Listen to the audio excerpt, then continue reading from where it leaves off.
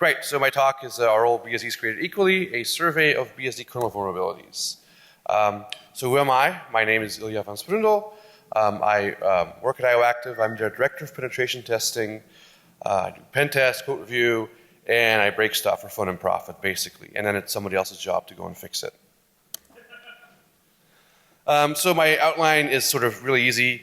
I have a one-slide introduction that sort of puts something out there, and then I try to collect some data, which is essentially vulnerabilities over the years in BSD, or the BSD kernels.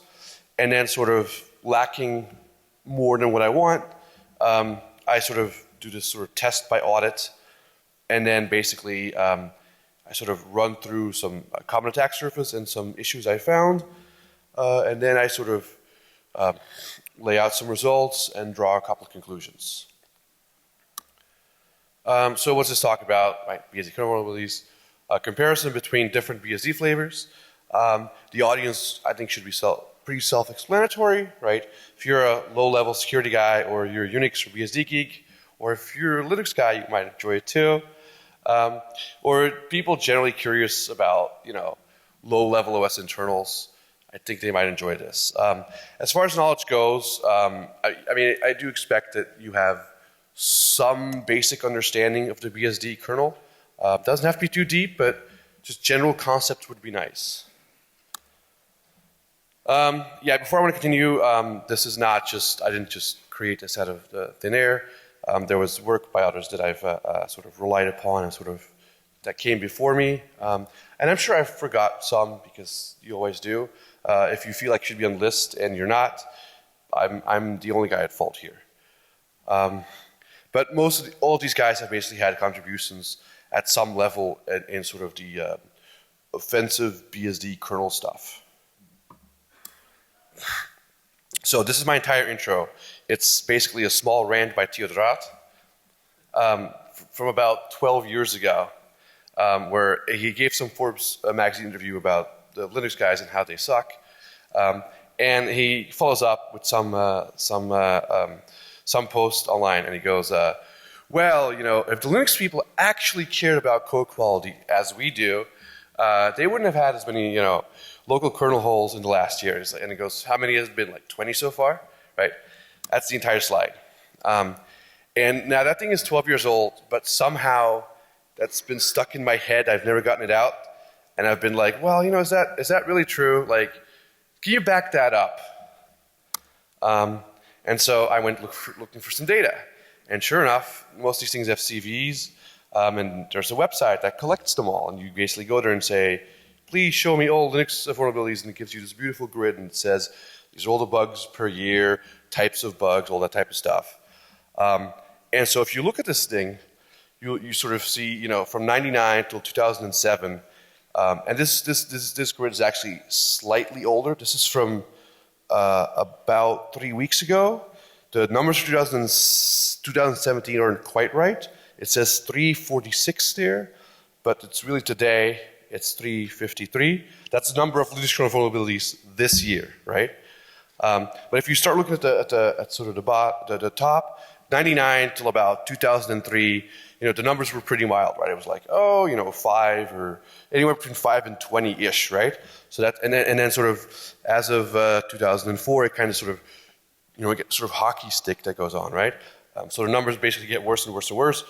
More and more security vulnerabilities discovered and disclosed every year in Linux kernel, essentially, right? So now, what do those numbers look like for the BSDs? Well, I went to cvdetails.com and I said, OpenBSD kernel vulnerabilities, and it's zilch.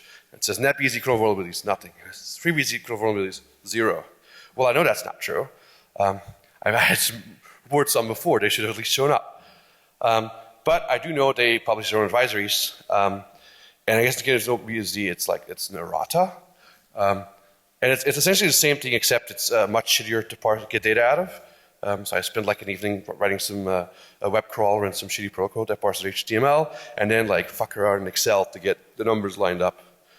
But I did that, and so you sort of, build a similar-ish table, and you'll see that the numbers from 1999 till about 2003 more or less are in the same ballpark as Linux.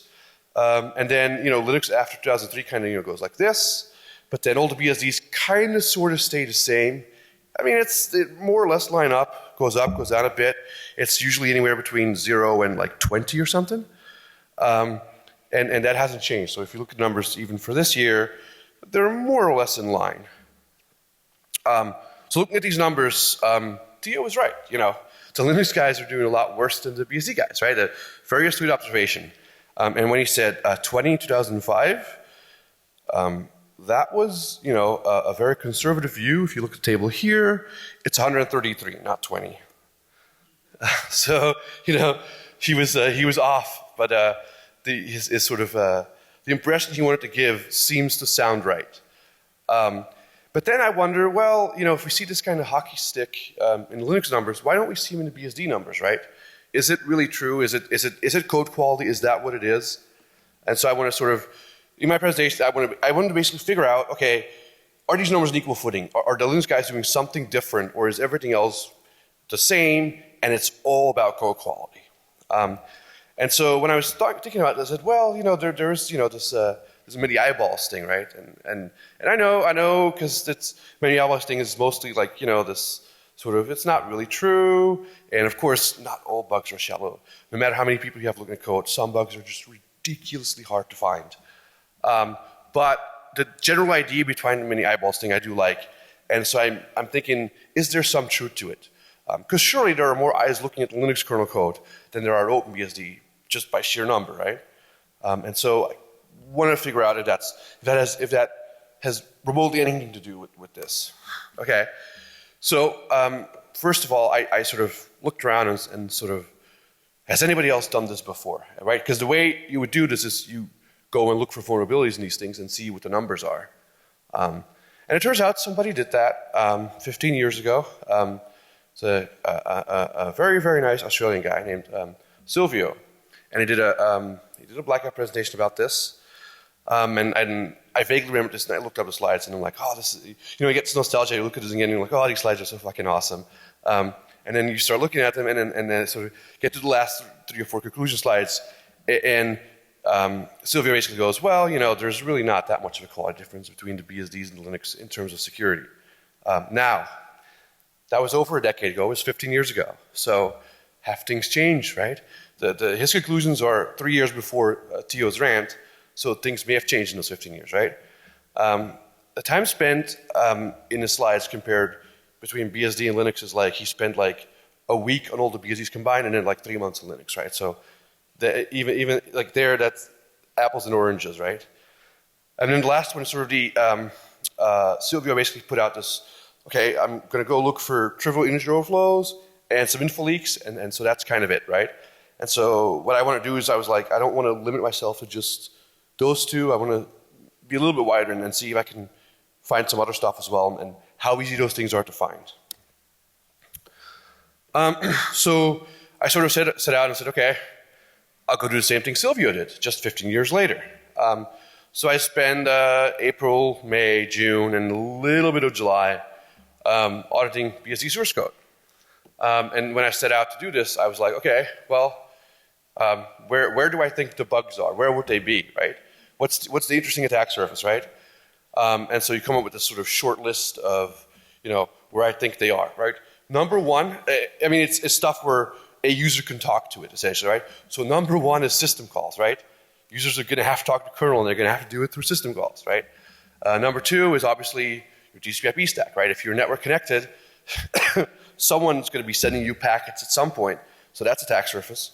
And so that's sort of the super common, that's the one that, my mom could come up with those. And then I sort of build a list that are like slightly less common to like, sort of rare-ish or exotic or something, right? And so at the top of the list is sort of the drivers and specifically, ioctls, because, most devices need someone to talk to it and configure it and get data out of it. And then sort of, I started thinking a bit more and I was like, oh, well, these BSDs, most of them, it comes with these compat layers. That's probably interesting to go and look for bugs. And then I was doing something else where I had this idea that I'll talk about in a second. And based upon that, I was like, oh, the trap handlers are probably interesting too. And this is where it gets sort of a little bit more and more esoteric. And then it's sort of the, okay, well, what about file systems? And it turns out there's some attack surfaces in file systems as well. And then I'm like, okay, well, there's also networking that isn't TCP/IP stack. Like, Wi-Fi. I mean, it kind of ties into it, but it's really, I mean, it's not, you open up TCP/IP Illustrated, it doesn't talk about, Wi-Fi frames, right? And then there's other things like Bluetooth and URDA, and I wanted to cover those too, but I ran out of time, so I'll just, in that section, only talk about the Wi-Fi stack. And then I was like, okay, let's just dive right in, and what I'm going to do is I'll sort of have a little slide that sort of introduces the thing, and then I'll show you a little bit of code of a bug, and I'll describe the bug, and for 4 or 5 of them, I'll basically run through a little bit of a demo. So let's start off with syscalls. Obvious attack surface, right? It is exactly how the user talks to the kernel. Without system calls, your OS would be essentially useless.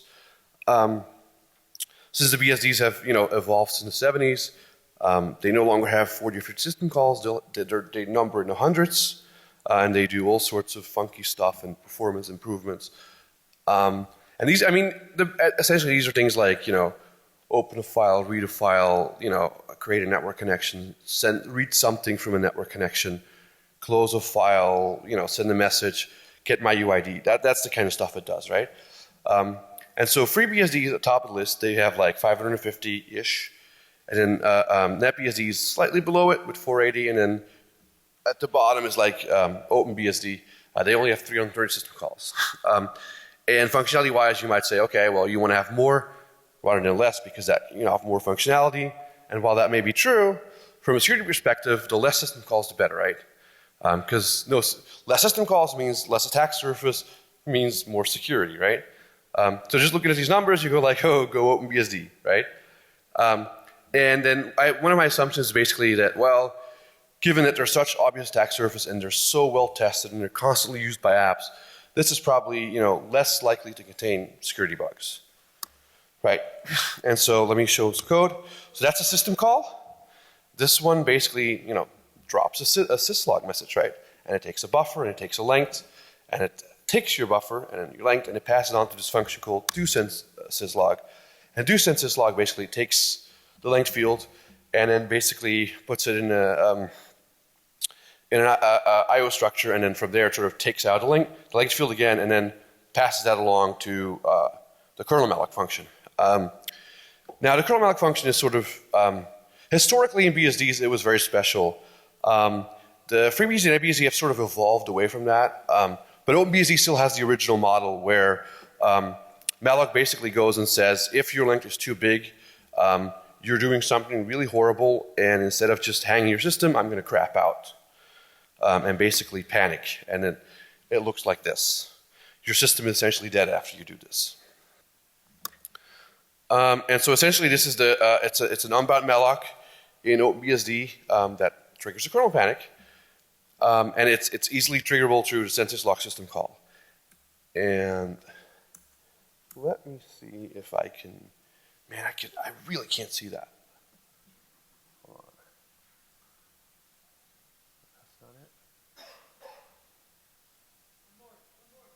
What? One more? This guy? There you go. Okay. So that's, I seriously, I can't see it because my screen is different than what's there. Anyway, so that should tell you the uname that it's NetBSD, OpenBSD, sorry. Right?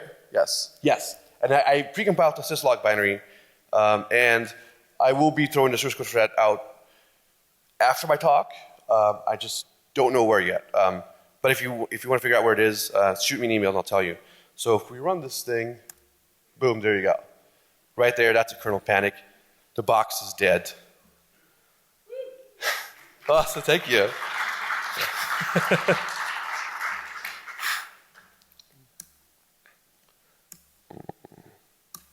Okay, hold on. Yeah, looks about right. Okay, so that definitely triggers a kernel panic, right? Okay, let's look at a not system call because we don't just want to look at OpenBSD, right?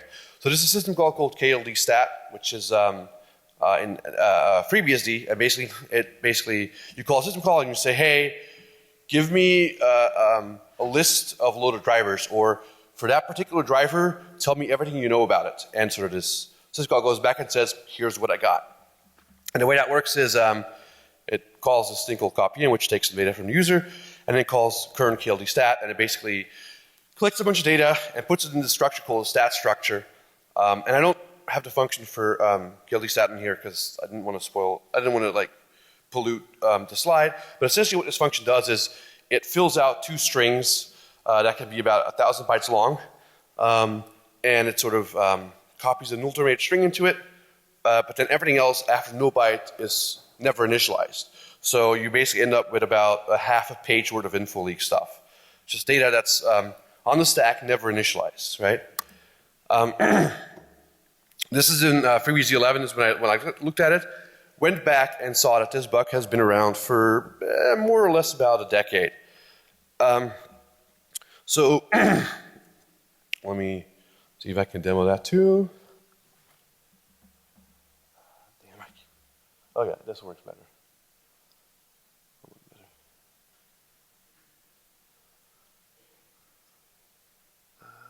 I think that one's right, yes. So this basically triggers the bug over and over and over, and what you're going to see is like a long stream of like random kernel bytes.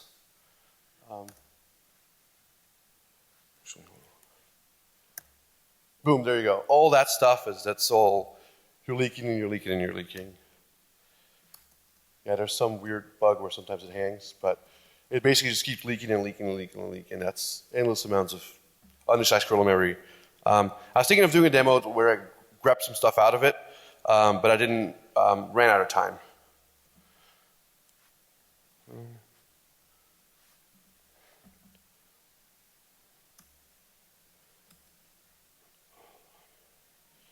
Oh yeah, oh, damn it. There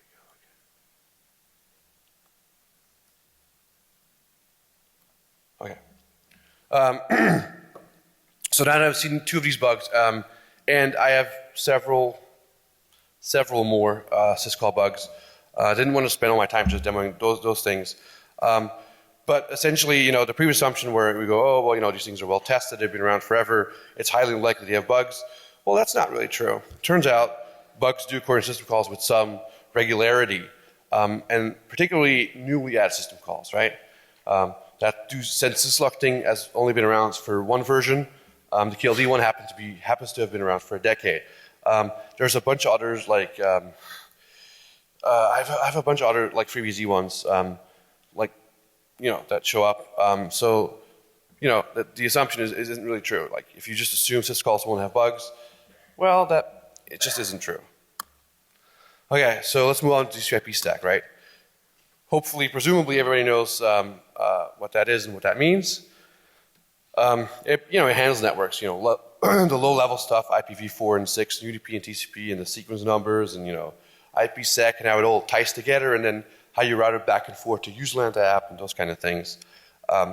This is obviously very well-known attack surface. It's been around forever. Again, the same assumption here is that this is very well-tested code. It's been around since the early 80s. Very unlikely to find security bugs in there. Right. So here's another piece of OpenBSD code. This basically takes PGP over Ethernet packets and sort of passes it on to this handler, and it sort of loops over the packet data, and it looks for a tag in the length. When it finds a tag in length, it goes into the switch, and the switch goes, oh, hey, this tag, this tag, this tag. In this particular case, there's an error, some error tag, in this case, I guess sname error, and it basically goes there and says, okay, let's set error message to this, and then set a flag which says error tag, and then end of the switch case, there's this code that kind of goes, oh, hey, if we got this particular error message, go in and go do this. And then they basically pull out the thing out of the packet. Before they can actually touch the bytes, and this is like a bizarre, they have these things called mbuffs, which are basically very specific buffer structures that are designed to hold network data, right? And there's all sorts of APIs around them to work with them, and so they're made in a way so you can chain them together so that if you want to like append or prepend or like switch stuff out as you're building a packet, that they work, right? And as part of that, before you ever touch any of these things, you're not guaranteed to have a continuous buffer, right? And so there's a function called pull down, and basically what pull down does is it says, okay, what I'm going to do is I'm going to look at all of these things chained together, and when I complete and it's successful, I'm going to hand you back, a buffer that is completely continuous, and you can start using that, right? And so it does that, and if that works, it goes on and does what it's supposed to do. Now, if that fails, it bails out, and it basically goes to this thing called done, and the done basically says, oh yeah, this is your original mbuff. Let's go and free that thing, right? And so that code looks fine, except if you look at the man page for pull down, it says in the fine print, it goes, well, if pull down fails, it frees the mbuff, and then it tells you it failed.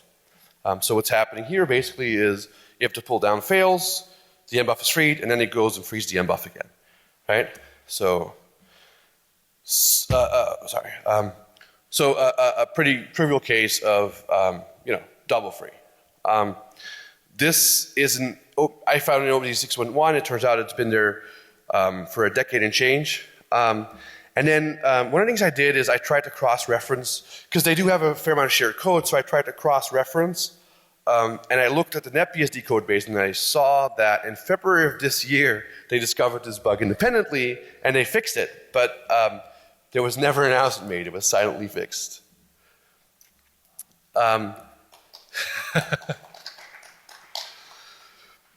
And so again, the previous assumption that this is well-tested code and it's highly unlikely there's a bug in there, well, that isn't really true. While this is well-tested code, it'll still have bugs. And the other thing I discovered is that, so these mbuffs are incredibly complicated, and it's very error-prone, right? To do it right and to never make a mistake, it's kind of hard. And one of the things is that a lot of the APIs to sort of handle these things, it depends on their failure cases. So about half of them basically go and say, okay, if I fail, I don't free this buffer. And the other half go, if I fail, I'm going to go free these buffers, right? And so that creates this inconsistency where if you're a developer, right, and you assume the API frees on failure, and so you basically say, okay, I'm not going to free this thing because it frees on failure, but if the API really doesn't free on failure, then you leak memory. And then the opposite occurs too, right? Where if you go and say, okay, I'm pretty sure it's API on return, on failure doesn't free, I'll go free it, you end up with just double free. So there's this sort of inconsistency among API behavior combined with the complexity of the mbuff structure sort of creates this situation where like it's pretty damn hard to get things right every time. Right. So let's move on to drivers, right? ioctls, everybody's favorite attack surface. Lots and lots of drivers out there. BSDs are no different. They have piles and piles of drivers for all sorts of stuff. Obviously BSD is a Unix, and in Unix, everything is a file. So the way you expose a device to userland is you put it in /dev, right? And you give it some name. And obviously these things basically expose file operations to userland, right? Like file and open and read and write and ioctl and things like that. And I guess you can mmap some of them too, things like that. ioctl obviously is where you have attack surface. Okay, so let's take a look at an ioctl, right? So NetBSD has this device called Crypto. And basically what Crypto does is it takes an ioctl input and actually, it takes an ioctl input and it basically goes and says, okay, well, here's substructure that comes from userland, and it contains this count field. And what we're going to do is we're going to create an array of number of count fields, and then we're going to start running data into it, right? And then we're going to start using it, and we're going to start manipulating stuff. And as you can see, there's a count times size of the structure. And anybody who knows anything about writing code and security knows that is a very classic integer overflow. Right, that's an integer overflow right there. And that's your memory corruption bug right there. I didn't want to put more code on the slide because it would just pollute things, but that cryptodev mkey stuff is basically, starts writing stuff to that buffer that was previously allocated. So yeah, that's classic integer overflow leads to memory corruption. It's in NetBSD. It has been there about 9-ish years. And then, hold on, let me see. Okay. Yeah, let's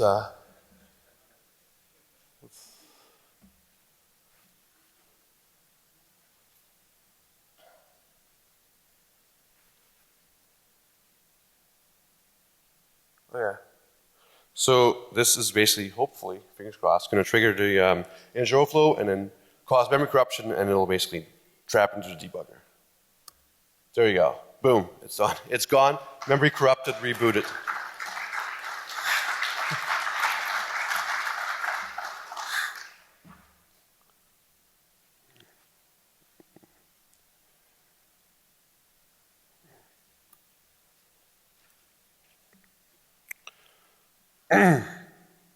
So here's another one. This is a device on FreeBSD called KSIMS, which basically gives you the ability to expose kernel symbols to userland, right? And it basically, as I mentioned earlier, most of these drivers have an open callback, and this one's no different. And when you call the open system call, it goes to this callback, and the callback basically sets up a few things so you can later do operations on it, and then it returns successfully. One of the things it does in this case is basically so it creates a file descriptor storage specific private data, which means there is kernel private data associated with the file descriptor you're going to use in userland. In this particular case, what they do is they look at the pointer to your that basically contains all the data needed to describe your virtual address space for your process, and stores it in that pointer, or inside that driver specific storage. And then basically return successfully. And then later on, there's another system call that basically gets called if you do an mmap in that particular file descriptor. And as you can see, it references that particular pointer that was previously saved, right? That SCP map is saved here and it's referenced here, right? Okay. So the bug here is that the pointer used in mmap doesn't necessarily still have to be valid than the one used in open. Right, and so the way that works is, because usually you say, okay, well the file descriptor is associated with the process, and so as long as the process is around, the file descriptor will be around, and so that virtual address space map will still be around. Except, OpenBSDs, or at least the BSDs and Unix in general, is smarter than that, and it gives you the option to basically not just hold on to a file descriptor, but instead go to a different process and say, hey, you can now have this file descriptor too, and then once that guy has the file descriptor, you can say to the original process, okay, well, you go and die. So the original process is gone, and so all data associated with it is entirely gone and expired. And now you have that second process, and that second process is still holding on to the file descriptor, and all of a sudden it says, oh, well, now sounds like a good time to call mmap on this thing. And mmap goes around and says, oh, look, I have all these pointers to this particular process, this virtual memory space, and it goes and reference that. There's all sorts of things with that. Except the original process is gone, it's dead, it's entirely expired, and so this guy ends up, if you do that, it ends up doing really, really horrible things. And I would love to demo this, but well, I have a POC, because it's a shitty race to hit. This one took me a couple of days to hit. I don't have that long to show you. I will be releasing code, so if you want to play around with this, you can. For now, you'll have to do with a screenshot of a kernel panic. Okay, so that's it for the sort of super common attack surface. So the compat code is another one where it's like, okay, this is interesting attack surface. And so the one there is basically, so most BSDs have this thing where they offer additional binary support.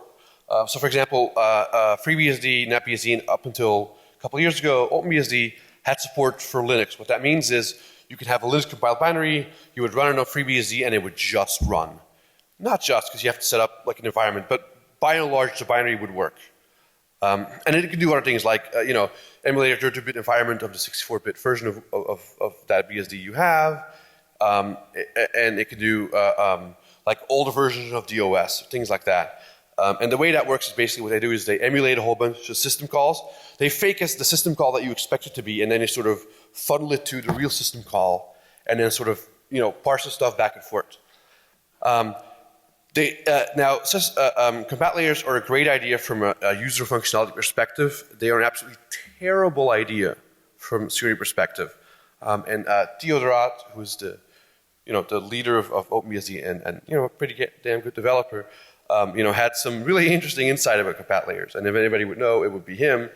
He goes, well, people who rely on this stuff don't care enough to maintain it, and the people who work on the actual kernel don't give a damn about the compat layers because they don't use them. He says cultures are underlined in the same direction, and then he says compat layers rot very quickly, which means you write one today and tomorrow it's going to be just useless and just have nothing but security bugs in it.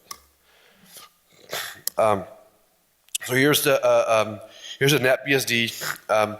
It's this like SVR4, which is like fairly ancient Unixy thing, and they basically emulate that on NetBSD. So if you have an original binary compiled for that and you move the binary to NetBSD, it'll still work. And it has this thing called streams, which is sort of a predecessor to sockets-ish. And so what they do is, NetBSD doesn't support streams, so what they do is they fake it and they sort of put a socket underneath. And so the original SVR binaries will then think they have a stream even though it's a socket. And so this thing basically, it's essentially an octal that's supposed to do a socket operation. And they copy in some data structure and they put in this BND structure and they pass it on to this netaddr to sockadder in. And netaddr to sockadder in basically looks at this structure and it says, oh, this thing contains a 32-bit offset inside the structure. I'm going to use this offset and I'm going to add it to my pointer and I'm going to give you back a pointer to where you can start reading from. Problem there being is there's absolutely no validation being performed. And so basically you can end up with a wild pointer that points anywhere, which you can either use to trigger kernel panic, your box goes down, or you can, if you know what you're doing, very selectively pick pieces of memory and start leaking very select pieces of kernel memory.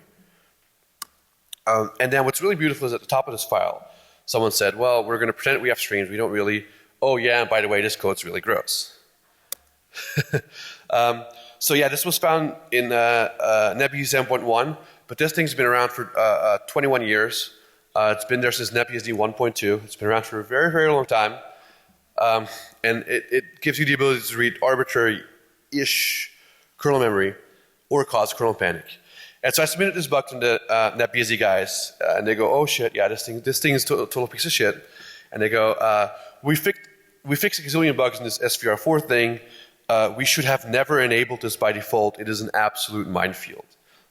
And so when I submitted the bugs and they fixed them, they also changed their OS config file and be like, and basically turn off SVR4 support. If you want it now, you're going to have to recompile your kernel.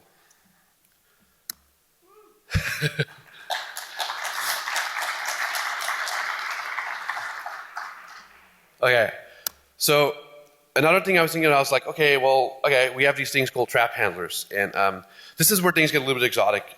So trap handlers are these sort of callbacks that you register, that like very low level OS code registers sort of when it boots up, and it goes to the OS, or the OS basically sets things up, and so when some kind of a hardware thing happens, these things get called, right? Some kind of exceptional fault happens, and these are things like division by zero, a system call, a breakpoint, invalid memory access. When the hardware sees any of these things, it sort of goes, oh, I don't know what this is, but I'm going to call this function pointer, and we'll have that deal with it, right? Some of them can be triggered by userland, some of them can be triggered by kernel, and the kernel has to trigger them correctly. The thing with trap handlers is that they are unbelievably nasty pieces of code, and exceptionally architecture specific. Every architecture and like every little minuscule like little diff will have, between architectures things are very different, and then every little diff within architecture might still have like tiny little changes between them. It's an absolute pain to try and understand these things, and it's ridiculously painful to look at this code. So I didn't look at it. So I said, okay, but I'd still like to play with this a little bit.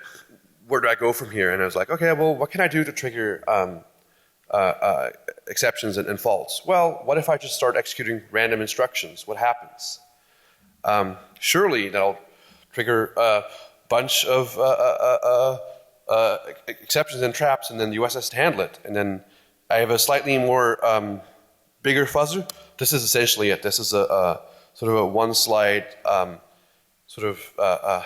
trap handler fuzzer, where essentially what you do is you map a piece of code, read, write, executable, you sort of start a loop, and every time you get into loop, you basically, read out of defu random, a page of random garbage, you fork off a process, you hand that page to the process, and the process basically goes function pointer call, and then surely crashes, and it does this over and over and over and over and over again.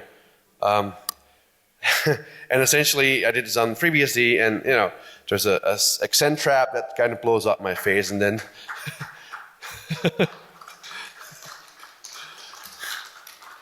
and there's some other signal stuff that sort of blows up. And I have a demo of this. I'm not sure if it's going to work because this thing sometimes blows up fast, and sometimes it takes a while. But I can at least try and show this thing. Hold on.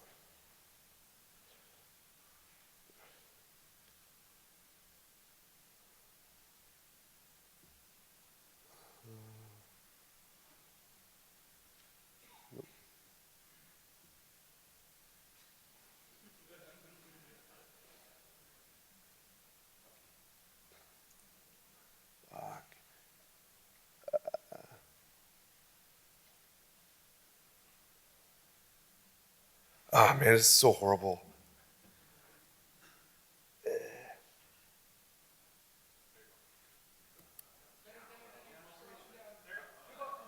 God damn it.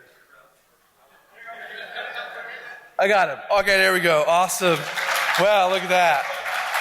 This is a horrible setup I got here. Plus my eyesight sucks.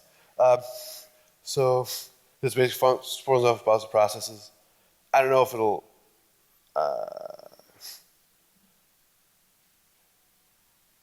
I may have to come back to it later because give it a few minutes, it might die. So these are all crashes of that second thread, but without anything. Yeah, this doesn't crash the kernel yet, but eventually it'll crash the kernel. If we're lucky, fingers crossed. I got it to hit earlier this morning, and usually it only takes a couple of minutes, but it's like random garbage, so it's like. How are you recording which values cause crashes? So not in this version, but I have a version that basically has a UDP socket and sends it to a server. And so the server basically goes and says, okay, this is the garbage you generate, this is garbage you generated. And so when it crashes, I look at the last packet and go like, okay, let's decode what this set of bytes are. Like you can feed it to like IDA or something, and it'll tell you this is what it means. Anyway, I'll get back to this later. I hope it dies.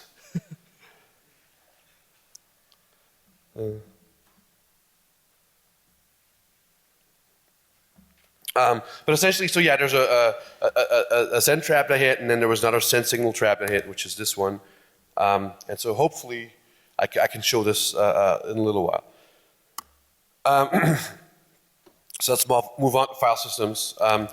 So obviously when you think file systems, you say, okay, well, you have a file system image and you can mount it, and obviously if you, or have a USB stick and plug it in and have that mounted, and if somebody doesn't parse the file system correctly, then, bugs show up, right? That is number one. That is an easy attack surface. There's another one that I was playing with, and I was like, okay, that could be interesting. So in the last couple of years, all three of the BSDs have built-in support for Fuse. And I don't know if you guys know what Fuse is, but Fuse is essentially a mechanism that allows you to have userland file systems. And the idea being there is that, writing file systems in kernel is really, really hard. And so if we move to userland, it's okay if your file system does something bad or crashes. The OS won't go down. And so what that requires is your normal BSD VFS layer now has to support a file system that's in user as opposed to one in kernel. If kernel is talking, everyone's trusted. If kernel to user is talking, they're not trusted. So you're now taking this layer that it's always talking to someone that it's trusted, and you're basically now feeding it a bunch of data from userland that's no longer trusted. So the VFS layers in theory should have been hardened for Fuse. So I looked at Fuse for all three BSDs, and basically sort of my impression was the NetBSD, Fuse, this is funny, right? So they're family, right? They all fork from each other, except when Fuse came around, they all said, nope, we're all going to sort of make our own little thing. And so you have three distinct Fuse implementations for the three different BSDs. And so NetBSD sort of, in my view, made the most complete implementation, which allows sort of for the most options and flexibility. FreeBSD, I think, has the most controlled one in terms of the amount of stuff they'll take from userland in terms of a file system is highly controlled. And so what that means is there's relatively little opportunity for consumers to make mistakes, but there's more opportunity for the parsing inside the Fuse code itself to make mistakes. And then OpenBSD sort of has sort of this minimal implementation. And then they all, none of them implement IRTL, but they implement all of the other file operations. Damn, I'm going to have to skip through this because I've got only a few more minutes left, I think, and there's conclusions I want to get to. But anyway, this is the get CW system call for the BSDs, for OpenBSD, and that you can hit that from Fuse. Anyway, let's skip over the file system stuff. Yeah, the network is interesting. You know, there's some bugs in the network stack where if you send a packet, the box goes down. Blah blah. Oh, and this is one of these things where there's all these wireless drivers that have like these straight up heap smashes where they're not expecting a malicious radio, even though they're taking data over USB. And so if you have a malicious radio, all of a sudden the OS has all sorts of heap overflows. But let's skip through that through. Right, there's some miscellaneous stuff I want to talk about, but I don't have time. What? Oh yeah. So yeah, results. I looked at this stuff for about 3 months. I found about 30 or so bugs in FreeBSD, 25 or so in OpenBSD, 60-ish in NetBSD. And thing is, it's hard to, because I gave approximate numbers because some of these things are like, it's a single function and it contains 5 buffer overflows. Okay, is that 1 bug or 5, right? So I try to sort of be like, it's this many. Depends how you sort of look at these things, but I think these numbers more or less make sense. In terms of bugs I've seen, it's like a very long list of, I mean, there's the straight heap and stack smash like in those wireless drivers.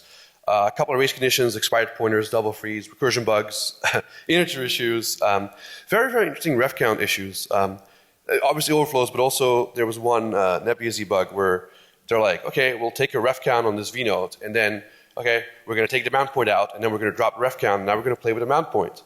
Well, there's nothing tying them together, so if the mount point goes away, you're hitting wild pointers. Anyway, other things that I found were info leaks, out of mount leaks, null refs, logic bugs, a typo where they literally called the wrong destructor. It was something TX, and they called it something RX.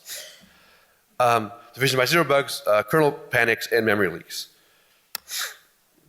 So, found bugs in all 3, and basically, you know, in the attack surface I discovered, I mentioned earlier, and sort of among the range of the bugs that I just listed. Winner loser is, in my impression, fairly easy. When I started looking at this stuff, OpenBSD came out as a clear winner for a number of reasons. They have massively reduced their attack surface. They got rid of low module support. They have relatively few devices. Got rid of all of their compat code, including Linux. They deleted their Bluetooth stack because it sucked. They have more than 200 less system calls than FreeBSD, and they cut support for a bunch of really shitty architectures. On top of that, when TOS said they care about code quality, they do. They have virtually no integer overflows or sinus bugs. They're as good as gone in most places, except the ones where they didn't know about the attack surface, like the wireless drivers. And then also very few info leaks. So the bugs they know about and the patterns that they know, they look for them, you know, like a madman, and they eradicate them. NetBSD is one of these where it's like, okay, comparatively, they're the clear loser. Tons of legacy code and compat code, so that's, you got attack surface right there. They seem to be less consistent when it comes to code quality, and too many sinus bugs. And I know how this sounds, and I'm not trying to diss them because I know it's incredibly hard to write an OS, right? If you think it's easy to build, maintain, improve an operating system, you should try it. It's really hard, like you will cry yourself to sleep. And then somewhere in the middle is FreeBSD. Now, when I start reporting these bugs, sort of here's the response I got, right? When I emailed the OpenBSD guys, Took about a week or so to get a mail back from Tio. And first, he's like, oh, I'm so sorry it took a week. I was out on vacation.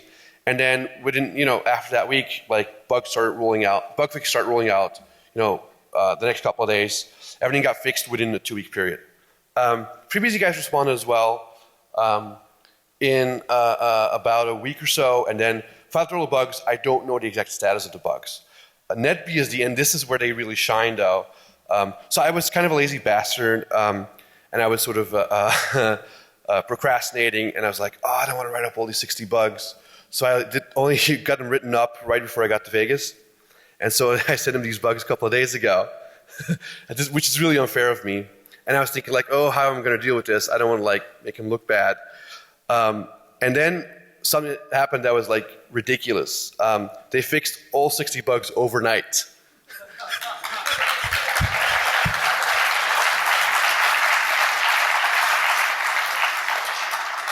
Which is unbelievably impressive. And I told him that. And I told him, if you want to call me out on being an asshole, you can. But I am in awe of you guys, because that is insane. Additionally, they also turned off SVR4, which I think is a great deal. And when they emailed me back, they said, we've disabled this thing, something we should have done a very, very long time ago. So yeah, pretty much, and my slide's more conclusions. Bugs are still easy to find. Various levels of quality. Most consistent was OpenBSD. One more point I want to make is many of the BSDs should talk to each other, because I had several bugs where one guy had the bug and then the other guy fixed it 6 months ago, right? And it goes both ways, right? It's OpenBSD and NetBSD and FreeBSD. I got another funny story about that, about a guy I met at a bar yesterday who was a former OpenBSD developer, but I don't have time to get into it. Code bases is OpenBSD is the smallest, FreeBSD is the biggest, and so it's interesting to look at these things. It's clear OpenBSD has the least amount of tax rooms. FreeBSD likely has the biggest one. This obviously plays a part. If you don't have code for something, then you can't have bugs in it, right?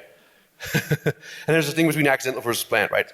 Some things didn't get implemented, just you didn't get to it, and other things you made a conscious choice to sort of get rid of it. The many eyeballs thing, I think it's a factor.